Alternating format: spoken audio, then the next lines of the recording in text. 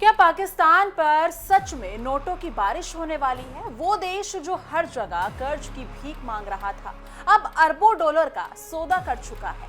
सवाल है, ऐसा क्या हुआ कि सऊदी अरब ने अचानक पाकिस्तान की झोली भरने का फैसला कर लिया? शहबाज शरीफ ने अपने 25,000 सैनिक क्यों भेजे सऊदी अरब? क्या ये डील पाकिस्तान को बचाएगी या फिर डुबो देगी? आज हम आपको बताएंगे उस सीक्रेट डिफेंस डील की पूरी खबर, जिसने पाकिस्तान की किस्मत पर लगा दिया है सबसे बड़ा दांव। नमस्कार, मेरा नाम है चित्रांजलि और आप देख रही हैं इंडिया डेली का डिजिटल प्लेटफॉर्म। और मैं हूं आपके साथ तान्या त्यागी। तो दोस्तों, आज इस रिपोर्ट में हम आपको बताने जा रहे हैं एक ऐसी कहानी जो पूरे एशिया की राजनीति को हिला सकती है। बात उस देश की है जिसे दुनिया भिखारी पाकिस्तान कहने लगी थी। वो पाकिस्तान जो हर बार अंतर्राष्ट्रीय मंचों पर कर्ज, सहायता और राहत पैकेज की भीख मांगता नजर आता था। लेकिन अब वही पाकिस्तान अचानक से खबरों में है, क्योंकि सऊदी अरब ने उसके ऊपर नोटों की बारिश करने की तैयारी कर ली है। जी हाँ, पाकिस्तान अब कंगाल से मालामाल बनने की दिशा में कदम बढ़ा रहा है, और इसके पीछे की वजह है एक सीक्रेट डिफेंस डील जो सऊदी अरब और पाकिस्तान के बीच हुई है। यह डील ना सिर्फ पैसों का लेन देन है, बल्कि आने वाले समय में पूरे अरब क्षेत्र की सुरक्षा और शक्ति संतुलन को प्रभावित करने वाली डील साबित हो सकती है।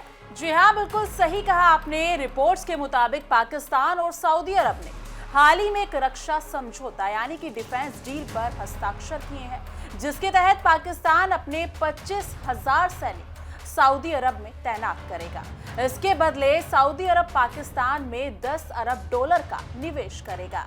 इस डील को लेकर कई देशों में खलबली मच गई, क्योंकि ये समझौता ऐसे वक्त में हुआ है जब अरब दुनिया में सुरक्षा और राजनीतिक तनाव अपने चरम पर है। इजराइल द्वारा कतर की राजधानी दोहा में की गई एयर स्ट्राइक के बाद सऊदी अरब को भी अपनी सुरक्षा की चिंता सताने लगी थी। इसी के बाद शहबाज शरीफ और पाकिस्तानी आर्मी चीफ आसिम मुनीर तुरंत सऊदी अरब पहुंचे और वहीं पर इस सीक्रेट डिफेंस डील को अंतिम रूप दिया गया है। लेकिन देखना यह होगा कि कितना कारगर साबित होता है।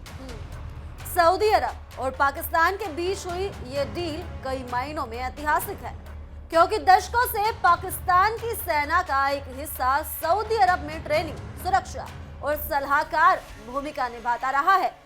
लेकिन इस बार जो हुआ है वो पहले से कहीं ज्यादा बड़ा, आधुनिक और रणनीतिक है। पाकिस्तान की 4 ब्रिगेड, जिनमें आर्म्ड यूनिट, आर्टिलरी, पैदल सेना और रॉकेट फोर्स शामिल हैं, सऊदी अरब के विभिन्न इलाकों में तैनात की जाएगी। हर सैनिक को 6,000 सऊदी रियाल यानी लगभग 1,600 अमेरिकी डॉलर महीना दिया जाएगा। पाकिस्तान के लिए ये न सिर्फ आर्थिक राहत है, बल्कि उसके हजारों सैनिकों के लिए रोजगार का नया अवसर भी है। पाकिस्तान की सेना इन सैनिकों के साथ साथ 2 एयर स्क्वाड्रन और 2 नेवल फ्लीट भी सऊदी भेजने की तैयारी कर रही है। जी हाँ, इस डील के तहत पाकिस्तान और सऊदी अरब मिलकर एक एडवांस्ड एयर डिफेंस सिस्टम और रॉकेट फोर्स कमांड भी तैयार करेंगे। ये सिस्टम इजराइल या किसी अन्य देश के संभावित हमले से सऊदी अरब की रक्षा करने के लिए बनाया जाएगा। साथ ही पाकिस्तान सऊदी को सैन्य उपकरण, गोला बारूद, टैंक, मोटर और शॉर्ट रेंज मिसाइलें भी उपलब्ध कराएगा। बताया जा रहा है कि दोनों देश भविष्य में जॉइंट मिलिट्री एक्सरसाइज भी करेंगे और सऊदी अरब पाकिस्तान की एयरफोर्स और नेवी के साथ मिलकर अपने पायलट्स और अफसरों को ट्रेनिंग देगा। अब सवाल ये है कि सऊदी अरब ने अचानक से पाकिस्तान की ओर इतना झुकाव क्यों दिखाया? दरअसल पिछले कुछ महीनों में मध्य पूर्व की भू राजनीतिक तेजी से बदल रही है। इजराइल और ईरान के बीच बढ़ते तनाव ने सऊदी अरब को चौकन्ना कर दिया है। ऐसे में सऊदी अरब को एक ऐसे मुस्लिम देश की जरूरत थी जो उसकी सुरक्षा जरूरतों को पूरा कर सके और जिस पर भरोसा भी किया जा सके। अब पाकिस्तान पहले से ही एक परमाणु शक्ति संपन्न इस्लामिक देश है और उसकी सेना को दुनिया की सबसे प्रशिक्षित सेनाओं में गिना जाता है। इसलिए सऊदी अरब के लिए पाकिस्तान सबसे उपयुक्त विकल्प बन गया। लेकिन सऊदी अरब के लिए ये सिर्फ सुरक्षा का नहीं बल्कि राजनीतिक रणनीति का भी हिस्सा है। सऊदी अरब चीन और पाकिस्तान दोनों के साथ मिलकर एक नया सुरक्षा गठबंधन बनाने की दिशा में बढ़ रहा है।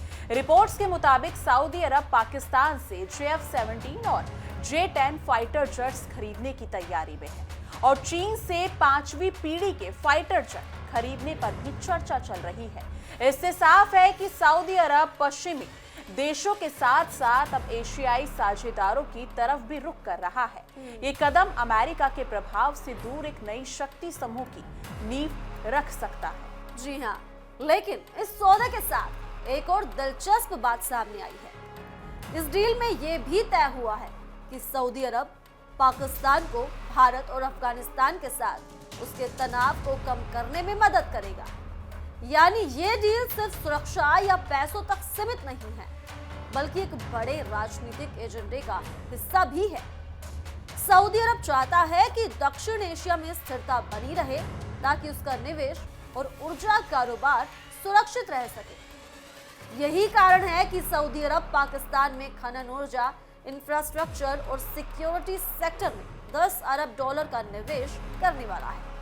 लेकिन अब अगर हम पाकिस्तान की स्थिति पर नजर डालें तो ये डील उसके लिए किसी ऑक्सीजन से कम नहीं है। जी हाँ, पिछले कुछ सालों से पाकिस्तान गहरे आर्थिक संकट से गुजर रहा है। IMF से कर्ज लेने के बावजूद उसकी अर्थव्यवस्था संभल नहीं पा रही थी। विदेशी मुद्रा भंडार घटने जा रहे थे। जी हाँ, महंगाई और बेरोजगारी चरम पर थी और राजनीतिक अस्थिरता ने हालात और खराब कर दिए। ऐसे में सऊदी अरब से मिलने वाला ये निवेश पाकिस्तान के लिए जीवन दान जैसा है। शहबाज शरीफ की सरकार इसे अपनी बड़ी सफलता बता रही है और इसे पाकिस्तान की नई शुरुआत कह रही है। हालांकि हर कहानी के पीछे एक दूसरा चेहरा भी होता है। कई रक्षा विशेषज्ञों का कहना है कि पाकिस्तान इस डील के जरिए सऊदी अरब की किराए की फौज बन जाएगा। यानी पाकिस्तान की सेना अब किसी और देश की रक्षा में इस्तेमाल होगी। अगर भविष्य में सऊदी अरब पर कोई बड़ा हमला हुआ तो पाकिस्तानी सैनिक सीधे उस जंग में फंस जाएंगे। इससे पाकिस्तान खुद को एक नए भू राजनीतिक संकट में भी डाल सकता है। जी हाँ, बिल्कुल। सवाल ये भी है कि पाकिस्तान के पास क्या इतना राजनीतिक स्थिरता है कि वो इस डील को लंबे समय तक निभा सके। पाकिस्तान में सत्ता परिवर्तन आम बात है। कभी इमरान खान, कभी शहबाज शरीफ और अब सेना की पकड़ पहले से भी ज्यादा मजबूत है। जी हाँ, अगर कल को कोई नई सरकार आई तो उसने इस डील से किनारा कर लिया तो सऊदी अरब का भरोसा टूट सकता है।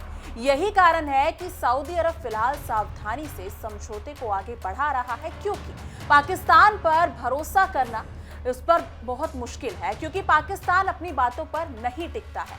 वो अपनी बौखलाहट उसके बयानों में नजर आती है और अपने बयानों से भागता हुआ नजर आता है।